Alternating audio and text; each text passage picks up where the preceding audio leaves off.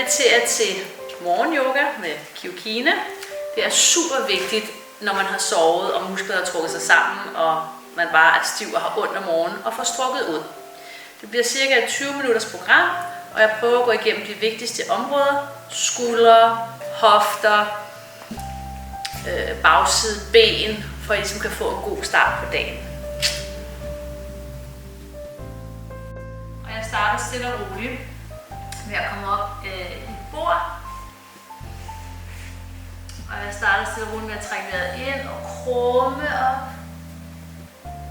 og sveje ned. Og prøv at gøre det så langsomt, så I kan følge med i øvelserne.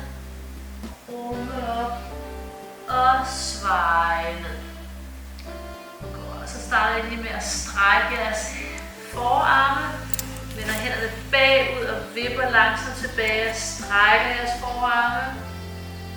Få lidt vægt på hænderne. Få hænderne indad. Mærker, hvordan I putter vægt på jeres hænder, jeres håndled, og forsigtigt vender håndryggen nedad.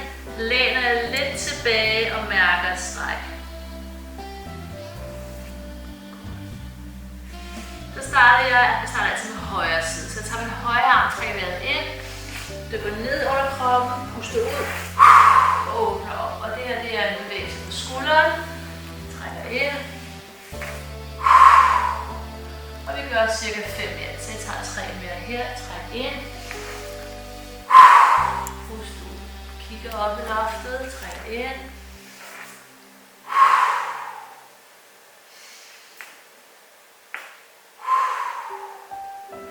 Og så ligger jeg ned på skulderen, slapper af, jeg lægger hovedet ned og bare hviler på skulderen i cirka 10 sekunder.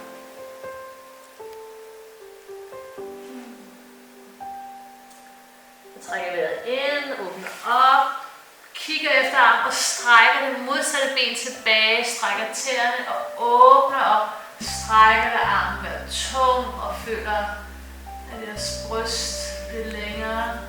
Nakken bliver længere. Kigger op. Og slipper.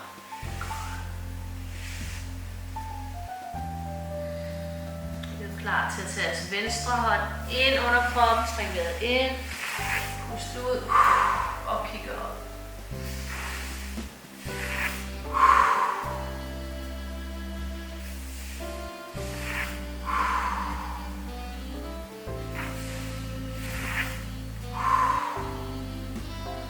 Cirka 5 gange. Jeg håber, jeg har gjort det 5 nu. Og så lægger jeg ned på skulderen og slapper af.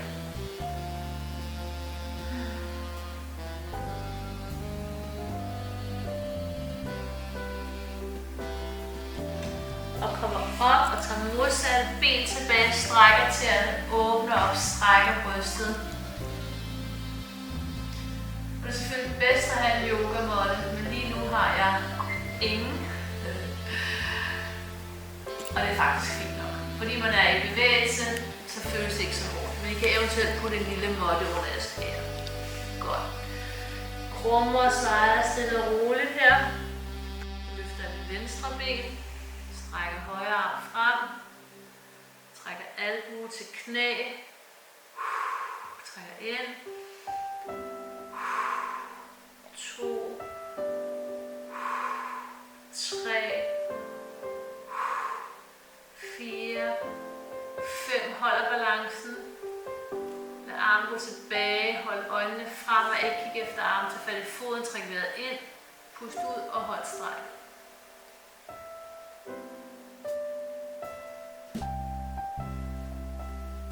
Og kom ned i barnestilling.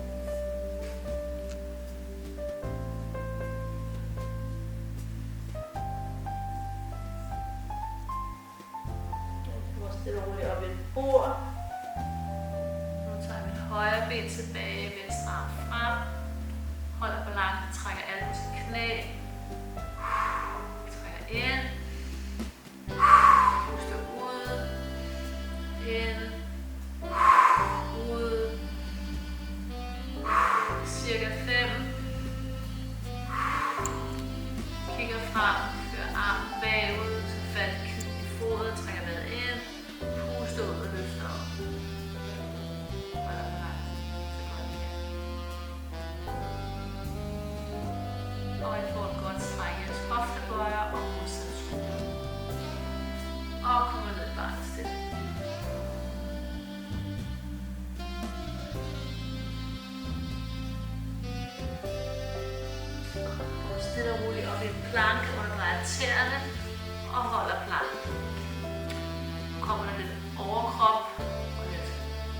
twist, rotation for skuldrene. Trækker vejret ind, puster ud og sænker jeg ned.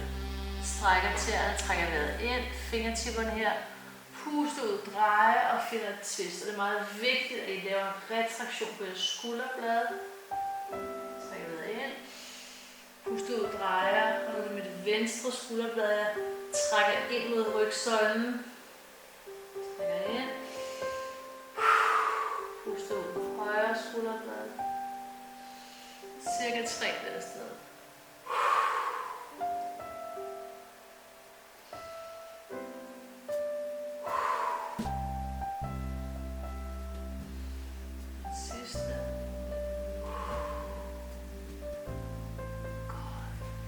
Langs brystet, trækker vejret ind, og nu kommer jeg op i en rygbærebøjning. Pustet ud, hænger lidt ud her. Trækker vejret ind, kommer ned, underdrejer tæerne, puster ud, og kommer hele vejen op. Og jeg drejer mig lige.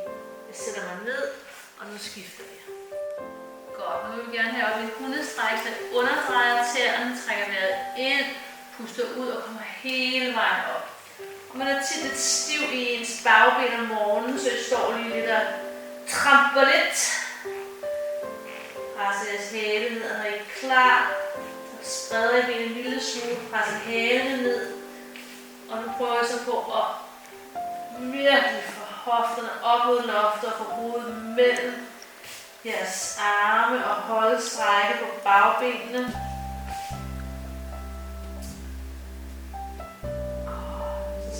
Jeg tager så min venstre fod ind mod midten, står i et trebenet hund og løfter mit højre ben op. Jeg gælder så op og drejer hoften fremad, og nu presser jeg hælen ned, mærker strækket under mit fodsål. Jeg trækker vejret ind og gør klar til at føre min fod frem mellem mine hænder. Trækker ind, puster ud, sætter ned. Sænker knæet, puster ud og kommer op. Og hvis jeres hofter er for stramme, så står I bare her. Det er det fint nok. Men kan I komme frem og sænke og slippe maven, slippe hofterne, løfte armene, så er det rigtig fint. Bare lad maven hænge her. Træk vejret ind, pust ud, drej kroppen og find et twist.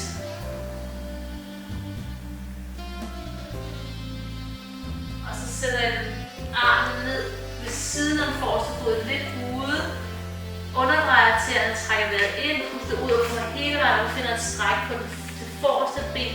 Og hvis man ikke kan det, kan man bare stå med bukket ben, det er helt okay. Men prøv at strække det, hvis det er muligt, og åbne op og find jeres triangle pose.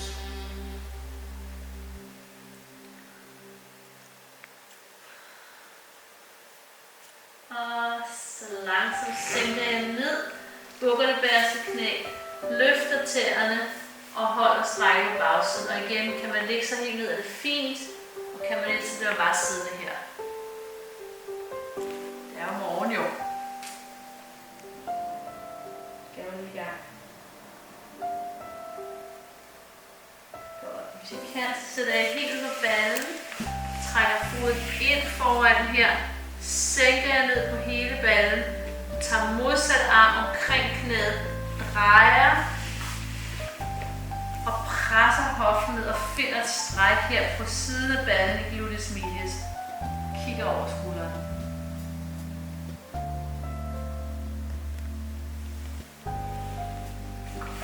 Og så går vi over på den anden side. Kommer stille og roligt op, trækker vejret ind, puster ud, presser hælene ned. Nu løfter jeg så mit venstre ben op. Højre ben går ind i midten. Jeg står med et trebenet hund. Jeg presser hælen ned, strækker mit fodsål, lader tæerne gribe fat om gulvet og strækker bagud i fodsålen, så jeg kan mærke, at jeg strækker under foden. Og så presser jeg hoften nedad mod gulvet og gør klar til at trække vejret ind. Ud, før foden frem med hænderne, sænk knæet, pust ud og kom op. Og igen, det er helt okay, hvis I bare står her. Men så langt frem som muligt, for strukket den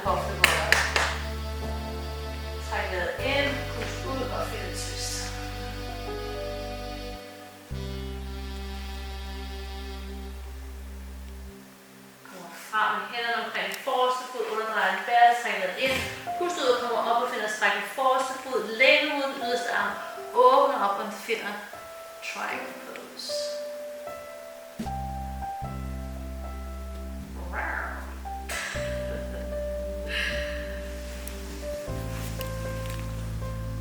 Og kommer ned, sænker det bagerste ben og strækker det forreste.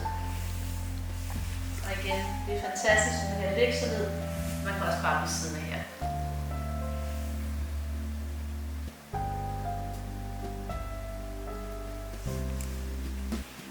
Sætter jeg helt ned på ballen og trækker den forreste fod ind over. Trækker knæet ind. Puster ud. Kigger over skulderen og presser ned på hoften og finder et stræk fra ballen. Godt, og tænk hvor meget I allerede har lavet nu. Godt, kommer I stille og roligt op i jeres hundestræk, presser tilbage, står lige lidt her, og vi laver lige en vinyasa, trækker vejret ind, kommer frem i planke, puster ud og kommer hele vejen op. Trækker vejret ind, underdrejer tæerne, puster ud og kommer op i hundestræk. Og så går vi med små skridt ind mod midten, slipper hænderne, står lige og roterer lidt her, roterer lidt i nakken, trækker vejret ind, kommer op i en flad ryg, puster ud med et fold og hele vejen op.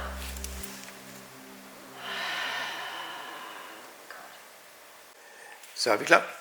Godt. Nu skal vi så op og stå ud i en kriger. Den bagerste fod peger sidelæns, og den anden peger frem. Armene går ud, og jeg står og finder balance i midten, kigger frem. Nu trækker vi vejret ind, finder et stræk på forsiden, puster ud, finder et stræk på bagsiden. Og vi skifter 5 gange. Ind, ud, ind, ud.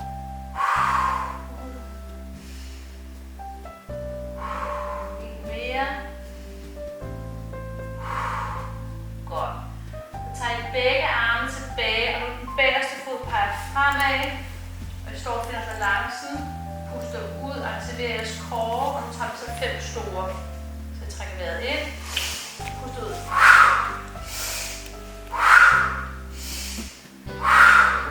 4, 5. Og den sidste trækker ind. Og sætter ned.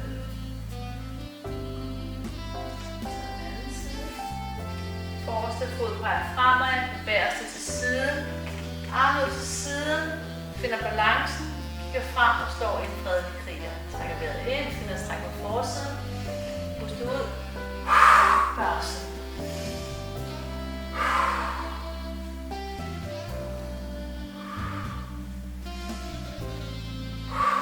Føler I flyver her igennem universet.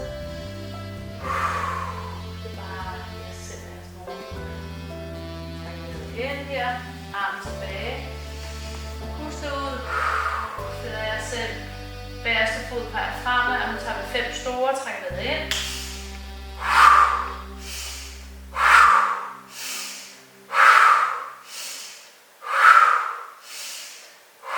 Den sidste.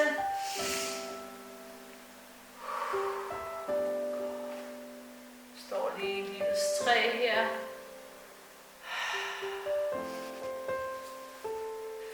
Selv. Det der er forbundet til jorden. Træk vejret ind.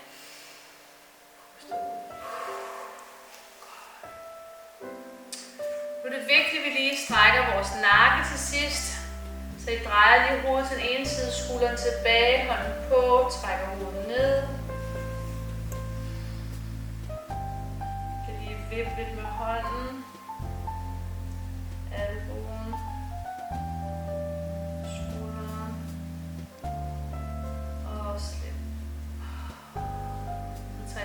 Kravben, trækker ned, kigger op, trækker forsiden af nakken. Og slipper. Og den anden side drejer hovedet, hånden på, skulderen tilbage og vær opmærksom på, at I strækker en nerve i nakken. Vipper med hånden, så hvis det går ondt ned i armen, så husk at bruge en aftale med mig. frem og tilbage her. Og slipper. Trækker kravbenet ned, kigger op. Og strækker forsiden. Der står en lille åben knæ her, slapper lidt af. Krop. Kender bagsiden af hovedet, trækker hovedet ned. Vi skal ikke hive, bare hvile med hænderne på hovedet. Godt presse hovedet en lille smule op mod hænderne. Slip og træk hovedet lidt ned forsigtigt. Løfter hovedet op, slapper af skuldrene, trækker vejret ind. Puster ud og presser hovedet bagud i hænderne. Trækker vejret ind. Namaste. Jeg ønsker jer alle sammen en rigtig god morgen. Og hvis I har nogle spørgsmål, så er I velkommen til at ringe til mig eller skrive en sms på 30 27 32 90, eller skriv mig en mail på kairoea@yahoo.com, CHIROEA